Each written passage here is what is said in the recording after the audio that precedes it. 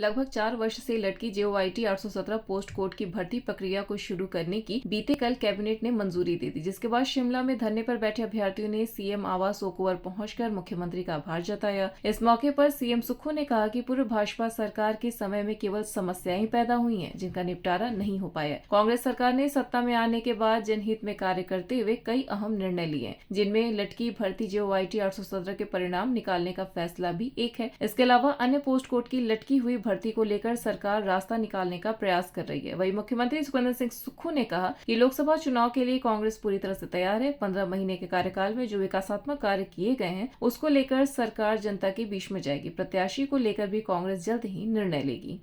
कब तक की तारीख क्या? मैं तो आज सिर्फ JOIT के युवाओं को मिलने आया हूँ, बाकी भाषण में वहाँ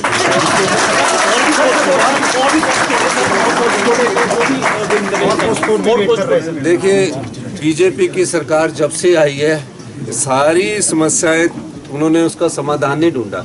जो और भी पोस्ट कोड है उनका भी हम सारी तरफ से विचार विमर्श कर रहे हैं कि कैसे इनको हम आगे कर सकते हैं। कानूनी जो अड़चने पहले उसको दूर करना पड़ता, तो मेरी सरकार अगर उनके रिटन एग्जामिनेशन पास कर लिया है तो और पोस्ट कार्ड के लिए भी विचार रखते हैं कि उनका भी किसी ना किसी तरह से बना। सर 1500 वाली भी कल नोटिफिकेशन कर दी है। 1500 रुपए की भी हमने नोटिफिकेशन। सर लोकसभा चुनाव के लिए अब कांग्रेस सरकार तैयार है सर? क्योंकि देखिए, अभी तो लोकसभा चुनाव की नोटिफिकेशन होनी है, कांग्रेस के प्रत्याशी आएंगे और निश्चित तौर पर जब उन्होंने प्रत्याशी घोषित किया तो हम लोग भी आशा करते कि हम उस चुनाव में 15 महीने में हमारी सरकार ने बहुत समस्याएं थी उनका निपटारा किया। आर्थिक चुनौती थी, आर्थिक चुनौती के बाद आपदा की चुनौती थी, राजनीतिक चुनौती थी, तो 15 महीने में हमें तो चुनौतियां मिली।